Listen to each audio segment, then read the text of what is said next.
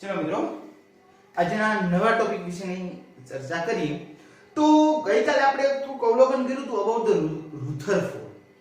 તો રુથરફોર્ડના નમૂનાની જે પ્રોબ્લેમ હતી કે ભાઈ એને જે ઇલેક્ટ્રોન છે એ વિદ્યુત ચુંબકીય વિકિરણ ઉત્પન્ન કરે છે નથી કરતા, પછી એની ઊર્જા કેટલી છે, પછી કઈ રીતના ગોઠવાના છે, એની જે ગોઠવણી છે કઈ રીતની છે, આ વસ્તુ રુથરફોર્ડ સમજાવી શક્યો નહોતો. હવે પછી જે વસ્તુ છે એ આવે છે બોહર. બોહરના નમૂના તરફ જી. સૌપ્રથમ પહેલા કોણ આવ્યો? થોમ્સન ખોટો પડ્યો. પછી કોણ આવ્યો? રુથરફોર્ડ. રુથરફોર્ડ હજી અમુક વસ્તુ સમજાવી ન શક્યો. હવે આવે છે બોહર. બોહરની આપણે વાત કરીએ તો સમજો તો બોહરે બે વસ્તુ પર ખાસ ધ્યાન આપ્યું. એક વસ્તુ ઉપર ધ્યાન આપ્યું કે જે ઇલેક્ટ્રોન કેન્દ્રની આજુબાજુ ફરે છે. ધ્યાન આપજો હા, શું કહેવા માંગુ છું? ઇલેક્ટ્રોન છે એ શું કરે છે? કેન્દ્રની આજુબાજુ ફરે છે. હવે કોઈ પણ પ્રવેગિત કણ હોય, ધ્યાન આપજો, કોઈ પણ પ્રવેગિત કણ તો એ શું ઉત્પન્ન કરે? વિદ્યુત ચુંબકીય વિકિરણ. શું ઉત્પન્ન કરે? વિદ્યુત ચુંબકીય વિકિરણ. એક એ મુદ્દો. અને બીજું કે કોઈ ઇલેક્ટ્રોનનો વર્ણપટ છે, એ હું વર્ણપટ વિશેનો અભ્યાસ તમને પછી કરાવડાવીશ, પણ અત્યારે એના બે મુદ્દાની અંદર આવે છે તો એનો આપણે અભ્યાસ કરી લઈએ. તો એની માટે ઇલેક્ટ્રોનની ગોઠવણી ક્વોન્ટીકૃત ઇલેક્ટ્રોન કહેવાય. ક્વોન્ટીકૃત ઇલેક્ટ્રોન શું છે એ પણ તમને કહી દઉં. તો સમજો ઇલેક્ટ્રોન હોય છે ને એની કોઈ ગોઠવણી અને ઊર્જા નક્કી હોય. જેટલા ઇલેક્ટ્રોન હોય બધા સરખા? નહીં, બધા ઇલેક્ટ્રોન ક્યારેય સરખા હોતા નથી. એની પાસે પોતાના ચાર ગુણધર્મ છે. ચાર ગુણધર્મ હું તમને પછી ભણાવવાનો જ છું. એના આધાર ઉપરથી એની ગણતરી થઈ શકે કે ભાઈ આ ઇલેક્ટ્રોનની ઊર્જા વધારે, આ ઇલેક્ટ્રોનની ઊર્જા ઓછી. આ બધી વસ્તુઓનો અભ્યાસ આપણે કરવાનો છે. તો પેલા બોહરના નમૂના તરફ જોઈએ આપણે. તો એનું એવું કેવું છે કે વિદ્યુત ચુંબકીય વિકિરણ દ્વૈત સ્વભાવ ધરાવે છે. દ્વૈત સ્વભાવ શું છે? તો સમજો કોઈ પણ વસ્તુ હોય છે ને એ સામાન્યતઃ બે સ્વભાવ ધરાવે. કા કણ પ્રકૃતિ હોય કા તરંગ પ્રકૃતિ હોય. કણ પ્રકૃતિ શું છે અને તરંગ પ્રકૃતિ શું છે એ જોઈએ આપણે. તો કણની તમને વાત કરું. સામાન્યતઃ રીતે આપણને ખબર છે કે જે કણ એટલે પદાર્થનો ખૂબ જ નાનામાં નાનો સૂક્ષ્મમાંથી સૂક્ષ્મ ભાગ, નાનામાં નાનો એક ભાગ છે જેને આપણે કણ કહીએ છીએ. જે હવામાં ઉડતો હોય, તમે જોયું હોય સામાન્યતઃ રીતે આપણે 11 સાયન્સની શરૂઆત કરી હતી ત્યારે આપણે એક અભ્યાસ કર્યો તો, યાદ હોય તમને તો, કે પેલું પ્રકાશ આવતો હોય એમાં નાની નાની વસ્તુ ઉડતી હોય એવું દેખાય છે ને, નાનો નાનો ભાગ હોય છે જેને આપણે કણ કહીએ. પછી બીજી વસ્તુ આવે છે તરંગ પ્રકૃતિ. તરંગ પ્રકૃતિ શું છે? તો કોઈ પણ જે ભાગ છે, વીજભારિત ભાગ છે કે વગર વીજભારની વસ્તુ હોય છે, પણ જેની તરંગ પ્રકૃતિ હોય. તરંગ પ્રકૃતિની અંદર શું હોય? તરંગ એટલે શું છે તમને ખબર છે? શું છે? તો તરંગનો હંમેશા સ્વભાવ છે કે પદાર્થ આ રીતના ઉપર નીચે ઉપર નીચે ઉપર નીચે આ પ્રકારની પ્રકૃતિ હોય છે. પદાર્થ સીધો નથી આવતો, કોઈ પણ વસ્તુ સીધી નથી આવતી. પ્રકાશ, જેમ કે પ્રકાશ છે તરંગ સ્વરૂપે આવે. તરંગ સ્વરૂપે આવે એટલે પ્રકાશનો બલ્બ શરૂ કરીએ તો આપણને શું લાગે? પ્રકાશ ડાયરેક્ટ આપણા ઉપર આવ્યો. એનું કિરણ આવતું હોય તો આપણને શું લાગે? ડાયરેક્ટ આપણા ઉપર? નહીં, આપણા ઉપર ડાયરેક્ટ નથી આવતું. પણ આવતું કઈ રીતના હોય છે? તો પ્રકાશ હંમેશા છે ને એનું જે તરંગ હોય છે ને, પ્રકાશ ઉત્પન્ન થાય, બલ્બમાંથી પ્રકાશ આવ્યો ફોર એક્ઝામ્પલ, તો એ પ્રકાશ આવ્યો તો આપણા સુધી કઈ રીતે આવે? તો આ રીતના ઉપર નીચે ઉપર નીચે ઉપર નીચે આ રીતના થઈને પ્રકાશ આપણા સુધી આવતો હોય. તો આ તરંગ વસ્તુ થઈ. કઈ થઈ? તરંગ.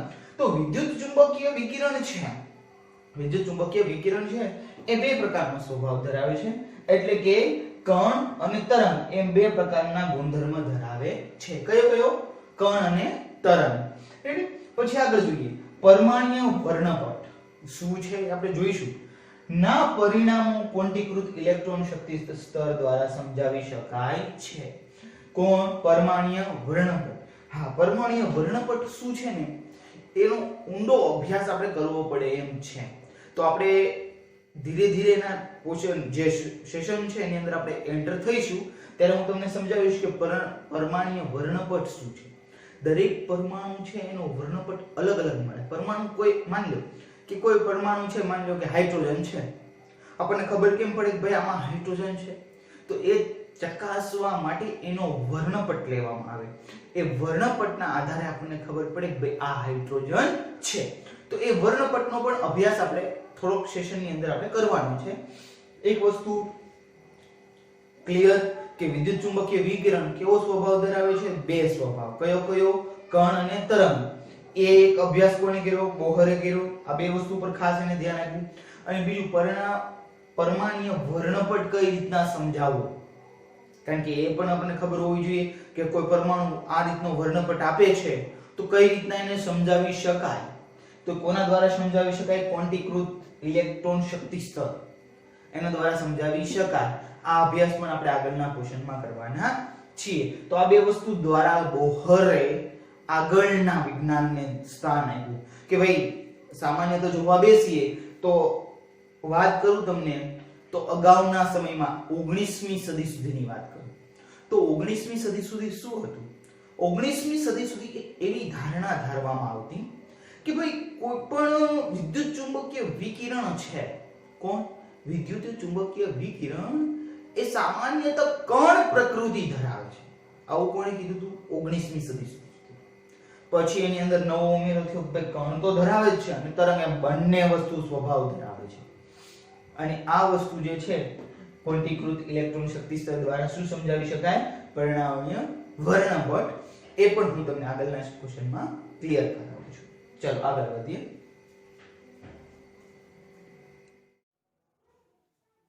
ચલો મિત્રો, હવે પછીનો આગળનો ટોપિક જોઈએ તો વિદ્યુત ચુંબકીય વિકિરણનો તરંગ સ્વભાવ.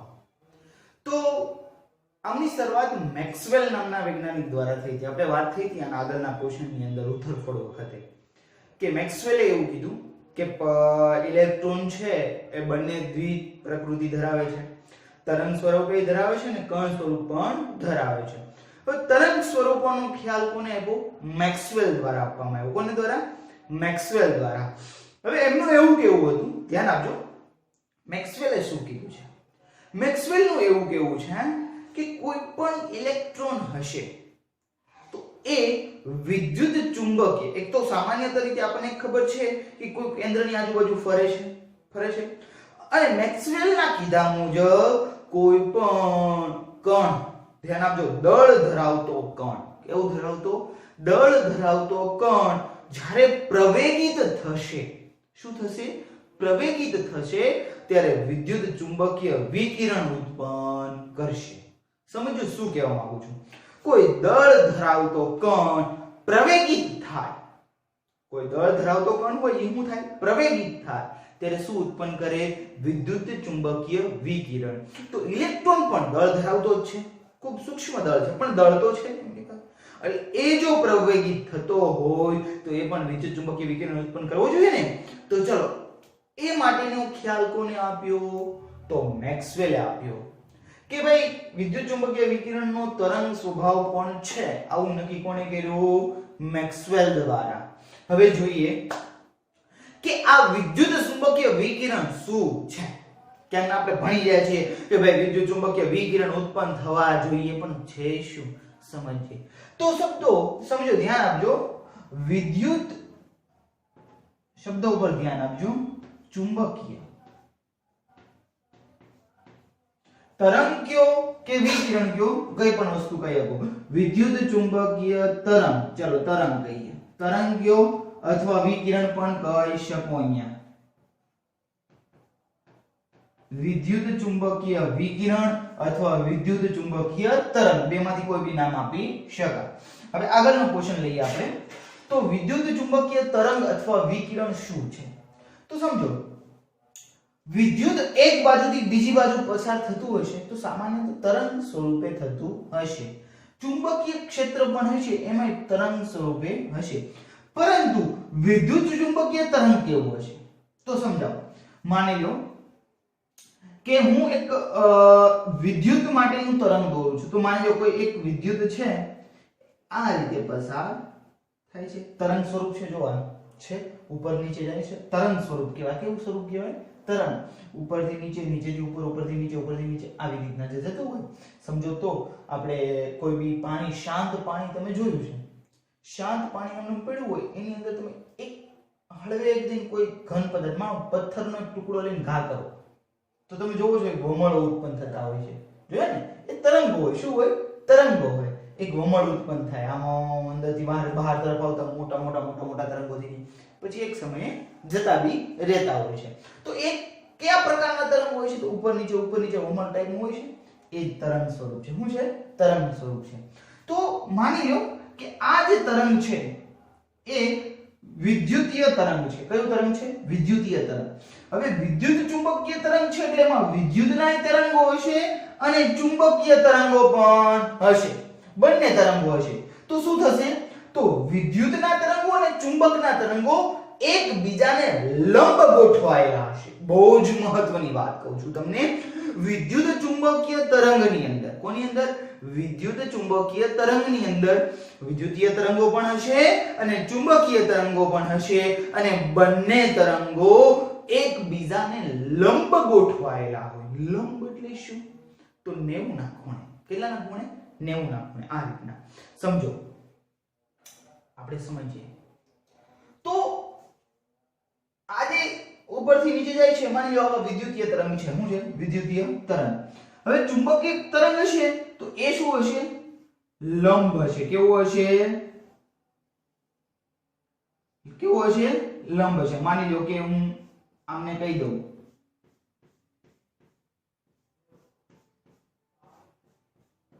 સમજીએ આ વસ્તુ શું કહેવા માંગે છે અને કેવું કહેવા માંગે છે. સમજો, આકૃતિ આમ સમજીએ.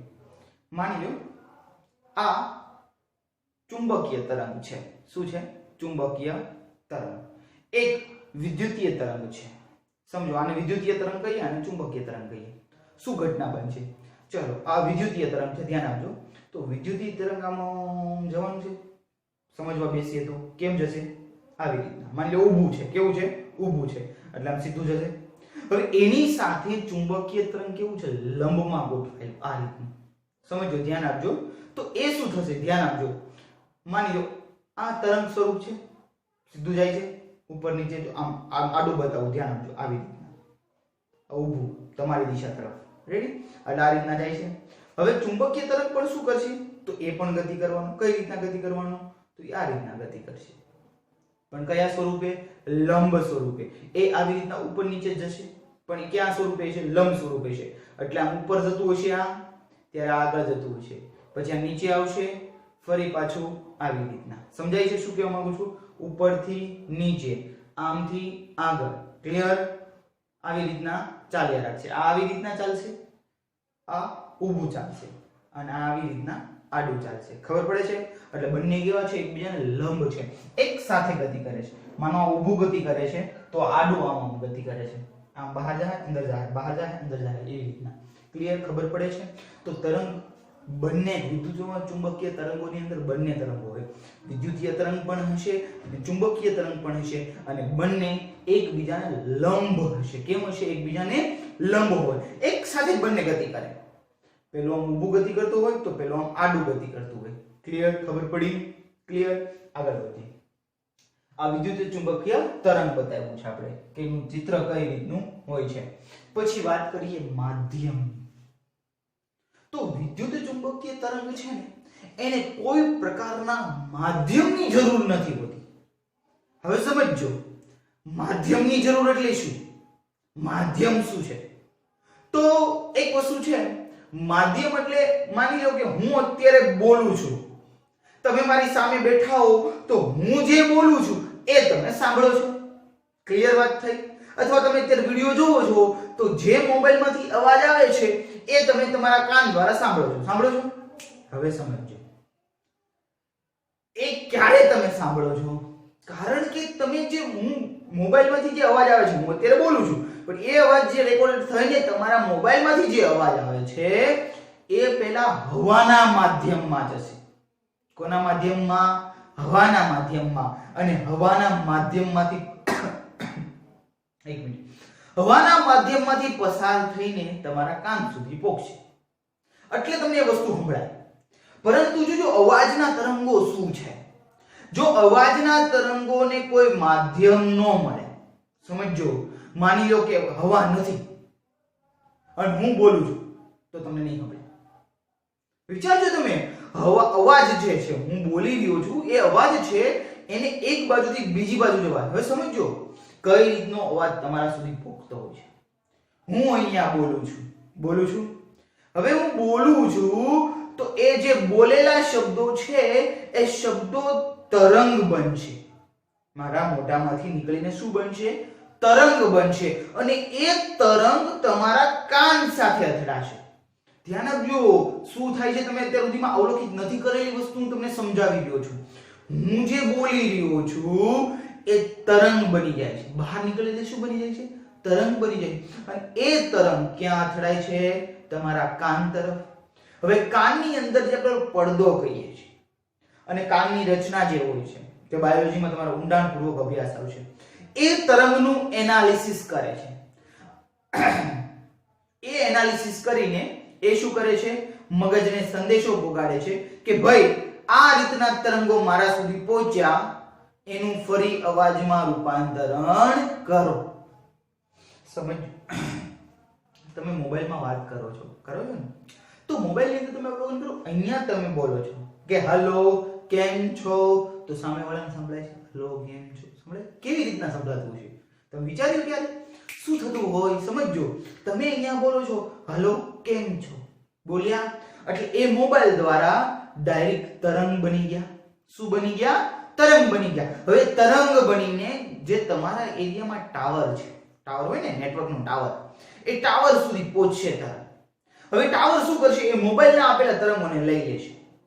મોબાઈલના તરંગોને લઈને પછી એ શું કરશે? તો એ મોકલશે અવકાશમાં, જ્યાં ઉપગ્રહો હોય. શું હોય? ઉપગ્રહો. એ તરંગો જે ટાવર છે એ ઉપગ્રહને તરંગો આપશે. પછી એ ઉપગ્રહ શું કરશે? એ તરંગો ફરી પાછા જે એરિયામાં આપણે અવાજ પહોંચાડવાનો છે એના ટાવરને આપશે. આખી વસ્તુ સમજાવો, ધ્યાન આપજો. આ મોબાઈલ છે, ક્લિયર? આ ટાવર છે. શું છે? ટાવર છે. અહીંયા ઉપગ્રહ છે. શું છે? ઉપગ્રહ છે. અહીંયા બીજો ટાવર છે અને આ મોબાઈલ છે. હવે તમે જે મોબાઈલમાંથી વાત કરો છો એ કોની પાસે જશે? ટાવર પાસે. એના તરંગો જે તમે બોલેલા છો એ તરંગ બની જશે અને તરંગ બની ક્યાંની પાસે જશે? ટાવર પાસે. એ ટાવર પાસેથી તરંગો જશે ઉપગ્રહ પાસે. એ ઉપગ્રહ જે વ્યક્તિને તમારે અવાજ આપવો છે એના ટાવર પાસે જશે અને એ ટાવર તરંગ આપશે તમારા મોબાઈલને, સામેના વાળાના મોબાઈલને. એટલે સામેવાળાના મોબાઈલના એ તરંગો મોબાઈલમાં ઇન્વર્ટ થઈને અવાજ બની જશે અને સામેની તરફ સંભળાશે. હેલો કોણ બોલો છો? આ બધા આવું બોલ્યા હોય અહીંયાથી તમે હેલો કોણ બોલો છો તો એ ડાયરેક્ટ તરંગ બની જાય.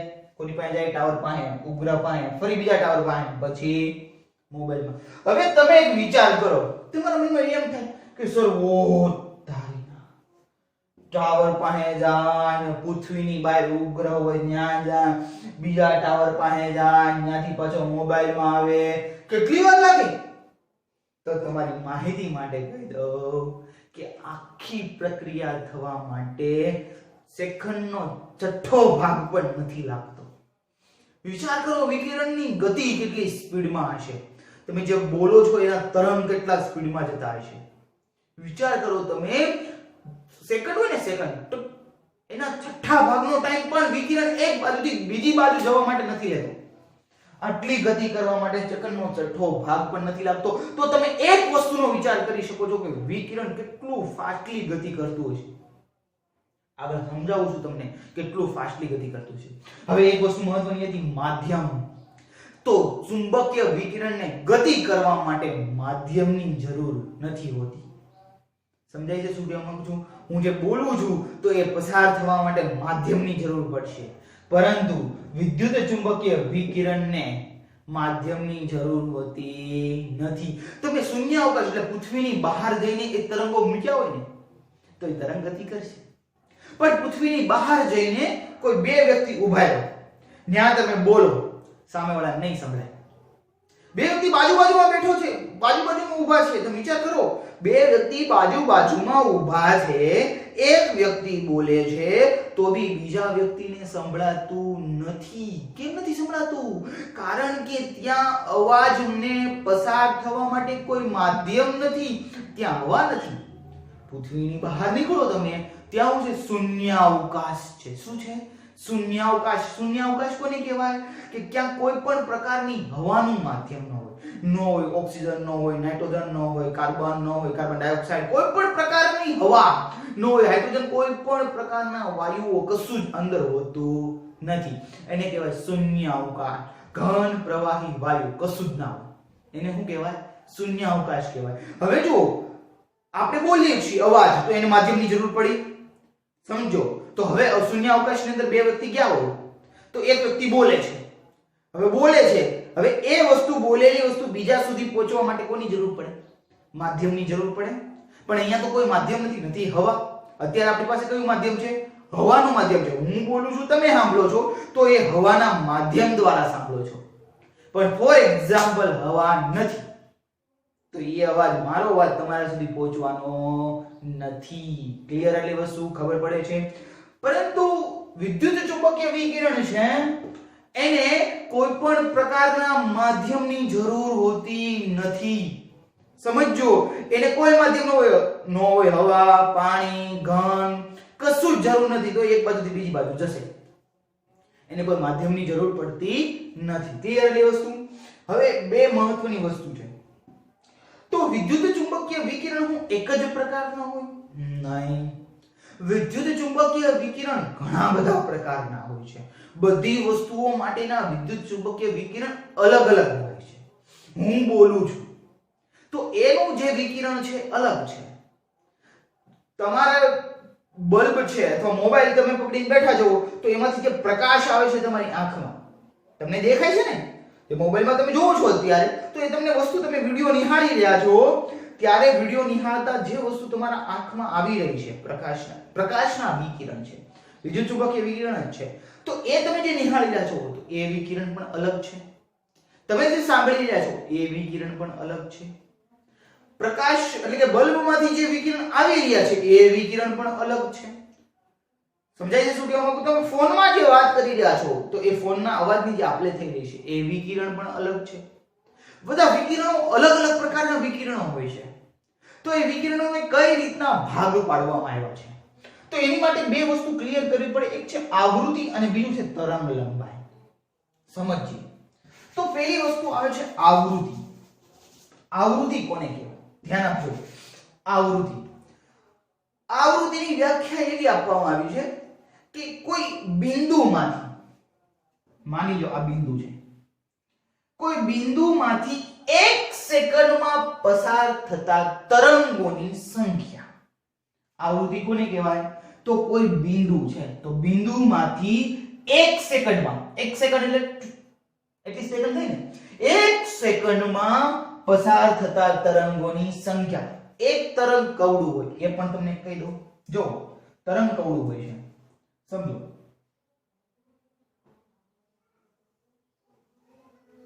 આટલો ભાગ અહીંયાથી શરૂ થયો, આખું લીધું, ઉપર આવ્યું એટલે સુધી, આ એક તરંગ થયું કહેવાય. આટલું તરંગ એક હોય. આ તરંગ કેટલું હોય? એક તરંગ થયું. કેટલું તરંગ થયું? એક. અધવચ્ચેથી શરૂઆત કરવાની, અધવચ્ચેથી લઈ આખું નીચે આવો અથવા આખું. ખબર પડે છે? આ કેવું કહેવાય? એક તરંગ કહેવાય. કેવું કહેવાય? એક તરંગ. જો આવું ના લેવું હોય તો તમે આવું પણ લઈ શકો, આખે આખું. આ બી એક તરંગ કહેવાય. આ બંને વસ્તુ એક તરંગ કહેવાય. જો આ બંને વસ્તુ સરખી જ છે, માપા લંબાઈમાં માપવા બેસો ને તો આ બંને વસ્તુ કેવી છે? એક સરખી જ છે. પણ આપણે અત્યારે આ લઈએ તો અહીંયા અધવચ્ચેથી શરૂઆત થઈને અધવચ્ચે પૂરું થઈ ગયું, તો આ એક તરંગ થયું. કેટલું તરંગ થયું? એક તરંગ. હવે સમજો, 1 સેકન્ડમાં કોઈ બિંદુમાંથી પસાર થતા તરંગોની સંખ્યા, એને શું કહેવાય? આવૃત્તિ કહેવાય. કોને કહેવાય આવૃત્તિ? તો કોઈ બિંદુમાંથી 1 સેકન્ડમાં પસાર થતા તરંગોની સંખ્યા. બીજી રીતે વાત કરું તો આ વ્યાખ્યા થઈ બુકની. કોની વ્યાખ્યા થઈ? બુક માટે. આપણી ભાષામાં સમજીએ આપણે તો સમજો માની લો 1 સેકન્ડમાં જેટલી વખત ઉપર નીચે થાય ને ઉપર નીચે તો એને આપણે આવૃત્તિ કહી દઈએ આપણી ભાષામાં શું કહીએ એને 1 સેકન્ડમાં કેટલી વખત ઉપર નીચે થાય છે માની લો 50 વખત ઉપર નીચે ગયું તો 50 આવૃત્તિ હું 50 હવે આવૃત્તિનું સંશોધન છે ને હર્ટ્ઝ નામના વૈજ્ઞાનિકે કર્યું હતું કોને કર્યું હતું હર્ટ્ઝના નામ ઉપરથી એને સંજ્ઞા HZ અપાય શું અપાય HZ હર્ટ્ઝ આવૃત્તિનો એકમ હર્ટ્ઝ છે આવૃત્તિનો એકમ શું છે હર્ટ્ઝ છે હર્ટ્ઝ એટલે શું તો હર્ટ્ઝ નામના વૈજ્ઞાનિકે આવૃત્તિનું સંશોધન કર્યું હતું એટલે એને હર્ટ્ઝ નામના વૈજ્ઞાનિકના આધાર ઉપરથી એને HZ કહેવાય હવે જો એની પણ એક સંકલ્પના સમજાઈ દઉં એક HZ એવું લખ્યું છે આનો મતલબ શું કરે આવૃત્તિ માપી છે તો આવૃત્તિ તમને ડાયરેક્ટ એમ નહીં કે ભાઈ 50 વખત ઉપર નીચે થાય છે એવું કહે એવું નહીં કહે તમને શું કહે ભાઈ માની લો કે 1 સેકન્ડમાં કોઈ તરંગ એક વખત ઉપર નીચે થાય છે થઈ ગયું એક વખત ઉપર નીચે થઈ ગયું એક વખત તો કેટલો સમય લીધો માની લો 1 સેકન્ડનો ટાઈમ લીધો કેટલો લીધો 1 સેકન્ડ તો એને કહેવાય 1SZ માની લો કોઈ વસ્તુ લખી છે 50SZ તો આનો મતલબ શું થાય 50SZ નો મતલબ એવો થાય કે કોઈ તરંગ 1 સેકન્ડમાં 50 વખત ઉપર નીચે થાય વિચાર કરો 1 સેકન્ડમાં 50 વખત તમે મગજથી વિચારી શકો You can't think about it. 1 સેકન્ડમાં 50 વખત ઉપર નીચે થવું એટલે કેટલી વસ્તુ થાય ફટાફટ 50 વખત 1 સેકન્ડમાં 50 વખત ઉપર નીચે થઈ ગયું છે તો 50HZ નો મતલબ થયું 1 સેકન્ડમાં 50 વખત ઉપર નીચે થઈ જવું 50 વખત આ રીતના ઉપર નીચે થઈ જાય તો એનો મતલબ 50HZ તો એને શું કહેવાય આવૃત્તિ દરેક ચુંબકીય વિદ્યુત ચુંબકીય વિકિરણની આવૃત્તિ અલગ અલગ હોય હવે આવે તરંગ લંબાઈ કોની કહેવાય તો જો તરંગ એક તરંગની લંબાઈ કેટલી એને કે તરંગ લંબાઈ માનો તરંગ અહીંથી શરૂ થયું આ તરંગ અહીંયા પૂરું થયું તો આટલી જે લંબાઈ છે આ લંબાઈ એની કહેવાય તરંગ લંબાઈ તરંગની જે લંબાઈ હોય એની સંજ્ઞા છે લેમ્બડા આ આવૃત્તિની સંજ્ઞા v છે યાદ રાખજો આવૃત્તિની સંજ્ઞા શું છે v અને તરંગ લંબાઈની સંજ્ઞા શું છે લેમ્બડા તો તરંગની લંબાઈ કેવી છે ભાઈ એક આખું એક તરંગ પૂરું થઈ ગયું આ એક તરંગ છે એ એક તરંગની લંબાઈ કેટલી છે તો કે ભાઈ અહીંયાથી શરૂ થયું ને અહીંયા પૂરું થયું તો આ એક તરંગ થયું તો આની તરંગ લંબાઈ આટલી થઈ માપી જોઈ લેવાનું ખબર પડે છે તો એને કહેવાય તરંગ લંબાઈ બધા જ વિદ્યુત ચુંબકીય વિકિરણના આવૃત્તિની તરંગ લંબાઈ અલગ અલગ હોય સમજો શું અલગ અલગ હોય એની આવૃત્તિ અલગ અલગ હોય અને એની તરંગ લંબાઈ પણ કેવી હોય અલગ અલગ હોય હવે જોઈએ વિદ્યુત ચુંબકીય વર્ણપટ હવે વિદ્યુત ચુંબકીય તરંગો છે બધા કેવા હોવાના અલગ અલગ હોવાના બધી વસ્તુ માટેના એક હોવાના નથી એમાં પહેલી વસ્તુ જોઈએ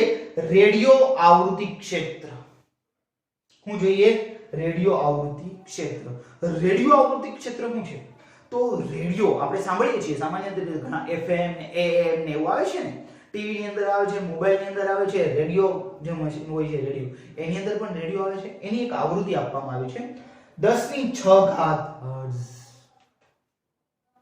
કે મગજમાં ચમકારો થયો 10⁻6 હર્ટ્ઝ તમે વિચાર કરો 10⁻6 જોજો ધ્યાન આપજો 10⁻6 એટલે કેટલા મીંડા 6 1 2 3 4 5 6 એકમ દશક શૂન્ય હજાર 10,000 લાખ 10 લાખ કરોડ 1 કરોડ વખત ઉપર નીચે થાય 1 સેકન્ડમાં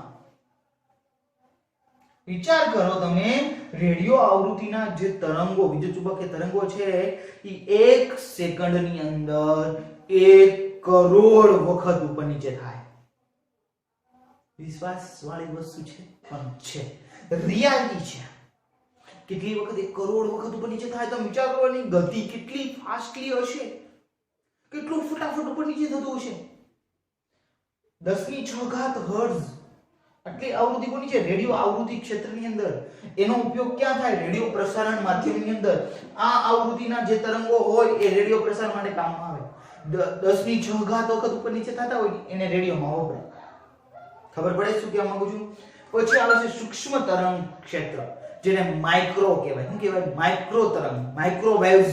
આવો શબ્દ સાંભળ્યો તમે? માઇક્રોવેવ્સ. એ 10 તમે વિચાર કરો, 10 કરતા મોટું, 10 હર્ટ્ઝ એ વપરાય રડારમાં. રડાર એટલે તમે સમજો, ધ્યાન આપજો. રડાર શું છે તો સમજો, કોઈ પણ વસ્તુ એક જગ્યાએ બીજી જગ્યાએ પસાર થાય છે તો રડાર મૂકેલા હોય. એ રડારનું કામ શું છે? તો એ જે તરંગો હોય છે, એ તરંગો, રડારના તરંગો, એ તરંગોમાંથી જો કોઈ બીજી વસ્તુ પસાર થાય ને, એટલે તરંગોની શું થાય? ખલેલ પોગે. શું પોગે? ખલેલ. એટલે ડાયરેક્ટ તરંગો નીચે કે ભાઈ અમને ખલેલ પહોંચી, કોઈ વસ્તુ પસાર થઈ છે. ધ્યાન આપજો. માની લો ભારત અને પાકિસ્તાન છે એના તરંગ, એની શું હોય? સીમા હોય, એક બોર્ડર હોય. હવે બોર્ડર છે, હવે સમજો કોઈ પાકિસ્તાન વાળા એ વિમાન, કોઈ જે વિમાન છે જેને આપણે એરોપ્લેન કહીએ, એરોપ્લેન ક્યાંથી લઈને, પાકિસ્તાનથી લઈને ઇન્ડિયામાં આવે છે. હવે આપણને ખબર કેમ પડશે કે ભાઈ પાકિસ્તાનથી ઇન્ડિયામાં વિમાન આવ્યું, અથવા એરોપ્લેન આવ્યું? તો ખબર કેમ પડશે? તો એરોપ્લેન આવ્યું હોય તો એ એરોપ્લેન એન્ટર થાય એ પહેલા જે ઇન્ડિયાની બોર્ડર છે, બોર્ડર હોય એમાં તરંગો ઉપર જતા હોય, જે દેખાતા ના હોય. આ વસ્તુ દેખાતી નથી આપણને, તરંગ જતા હોય પણ તરંગો ઉપર જતા હોય. હવે એ ઉપર સુધી, છેક સુધી જે બોર્ડર હોય ને, બધે તરંગો ગોઠવાયેલા હોય. હવે તરંગો હોય એ જો કોઈ એરોપ્લેન જ્યારે ઇન્ડિયામાં આવે, એન્ટર થાય, એટલે તરંગો ડાયરેક્ટ કહી દે કે ભાઈ અમને ખલેલ પહોંચી છે. નીચે કહી દે રડાર કે ભાઈ અમને શું થઈ છે? ખલેલ પહોંચી છે. એટલે તરંગો શું કરશે? ડાયરેક્ટ નીચે જવાબ આવશે ભાઈ અમે ખલેલ પહોંચી છે. તરંગોની અંદર જો સીધા તરંગો જતા હોય સીધા જશે નહીં, એમાંથી કોઈ વસ્તુ દેખાય કે ભાઈ આમાંથી કોઈ વસ્તુ ગઈ છે, પછી એનું અવલોકન કરવામાં આવે. એનું નામ છે રડાર. રડાર એટલે કે કોઈ વસ્તુનું અવલોકન કરવું. રેડી? ચલો પછી આવે પારરક્ત ક્ષેત્ર, જેને આપણે ઇન્ફ્રારેડ રેઝ કહીએ. ઇન્ફ્રારેડ પારરક્ત ક્ષેત્ર. આ કિરણો છે ને આપણા શરીર માટે બહુ નુકસાન કરતા હોય છે. પારરક્ત કિરણો છે ને કેન્સર જેવા રોગો કરી શકે છે. પારરક્ત ક્ષેત્ર 10^13 હર્ટ્ઝ, એનો ઉપયોગ ગરમ કરવા થાય છે. સમજો, સૂર્યની જે ગરમી આપણા સુધી પહોંચે છે તેનું કારણ છે ઇન્ફ્રારેડ રેઝ. કયા રેઝ? ઇન્ફ્રારેડ. IR કિરણો કહેવાય. એનું કહેવાય IR. ગુજરાતીમાં એને પારરક્ત ક્ષેત્ર કહેવાય. શું કહેવાય? પારરક્ત ક્ષેત્ર. 10^13 હર્ટ્ઝ હોય છે. કેટલી હોય છે? 10^13. પછી આવે છે દ્રશ્યમાન ક્ષેત્ર. દ્રશ્યમાન ક્ષેત્ર એટલે તમે જે જોઈ શકો છો એ હોય છે 10^15 હર્ટ્ઝ, જે આપણી આંખમાં જોઈ શકે છે. કોઈ વસ્તુ, પ્રકાશ આવે છે, જેમ કે બલ્બનો પ્રકાશ. બલ્બનો પ્રકાશ છે 10^15 હર્ટ્ઝ. કેમ કે બલ્બનો પ્રકાશ આપણે શું કરીએ છીએ? જોઈ શકીએ છીએ. જોઈ શકીએ છીએ ને, તો એ દ્રશ્યમાન પ્રકાશ થયો. કેવો થયો? દ્રશ્યમાન પ્રકાશ. પછી અલ્ટ્રાવાયોલેટ, UV કિરણો. સૂર્યપ્રકાશનો ખાસ મહત્વનો ભાગ છે. સૂર્યપ્રકાશ આપણા સુધી પહોંચે છે તો અલ્ટ્રાવાયોલેટ કિરણોમાં 10^16 હર્ટ્ઝમાં ખાસ પહોંચે છે. જે સૂર્યના કિરણનો એક ઘટક છે, અલ્ટ્રાવાયોલેટ રાઇઝ. તમને ખબર હશે કે ઓઝોન સ્તર છે આપણને અલ્ટ્રાવાયોલેટ કિરણોથી બચાવે છે. રેડી? UV અને કહેવાય UV, અલ્ટ્રાવાયોલેટ એટલે UV પ્રકાશ, દ્રશ્યમાન. પછી પારરક્ત ક્ષેત્ર, IR, ઇન્ફ્રારેડ રેઝ, સૂક્ષ્મ તરંગો, માઇક્રોવેવ્સ અને રેડિયો આવૃત્તિ. તો આ પ્રકારના અલગ અલગ પ્રકારના શું હોય છે? વર્ણપટ, એટલે અલગ અલગ પ્રકારનું ક્ષેત્ર હોય છે. કે ભાઈ રેડિયો પ્રસાર કરવો છે મારે, તો 10^6 આવૃત્તિનું જ આપણે લેવાનું. 10^6 આવૃત્તિમાં જેટલા તરંગો આવતા હોય એના તરંગો વાપરી શકાય. પછી 10^9 તરંગો વાપરવા બેસીએ રેડિયો આવૃત્તિ માટે તો રડારને શું થાય? મુશ્કેલી થાય. દરેક વસ્તુના તરંગો નક્કી કર્યા હોય. મોબાઈલ માટેના જે તરંગો છે નક્કી કરેલા તરંગો હશે. જે તરંગો છે, માની લો કે 10^10 છે તો 10^11 કે 10^12 કે એવા તરંગો વાપર્યા હશે. પછી 10^11 કે 12 વાપર્યા હોય તમે 13 વાપરવા બેસો તો પારરક્ત ક્ષેત્રને શું થાય? પ્રોબ્લેમ થાય. જો 10^13 વાપરીએ તો શું થાય? માની લો કે મોબાઈલ માટે 10^11 વાપરી છે. કેટલી વાપરી? 10^11 તરંગ ક્ષેત્ર વાપર્યું છે મોબાઈલ માટે. હવે 10^13 વાપરો શું થાય? તો ડાયરેક્ટ ગરમી આવે. એ વસ્તુ જો મોબાઈલમાં એન્ટર થાય તરંગ, એટલે મોબાઈલ શું થઈ જાય? ગરમ થઈ જાય, મોબાઈલ ફાટી જાય. તો આમ વાત કરતા હોય હાલો તે મોબાઈલ ફાટી ગયો એ બધું બળી જાય. રેડી? કારણ કે એ શું છે ગરમ કરી નાખે બધી વસ્તુઓને. પારત કિરણો જ્યાં આપાત થઈને બધું ગરમ થઈ જાય. કારણ કે બહુ જ ગરમી ઉત્પન્ન કરતા કિરણો છે પારત ક્ષેત્ર, ઇન્ફ્રારેડ રેઝ કહેવાય એને. રેડી? તો આ પ્રકારની વસ્તુ આપણી માટે મહત્વની છે. અભ્યાસ કરજો. એવું લાગે તો બુક્સ ની અંદરથી જરાક વાંચવાનું રાખજો, કારણ કે સમજણના વિષયો છે. તો જોડે જોડે બુક્સ માંથી વાંચતા જજો અને આ વસ્તુ સમજણમાં ઉમેરતા જજો. ક્લિયર? ચાલો આગળ જઈએ.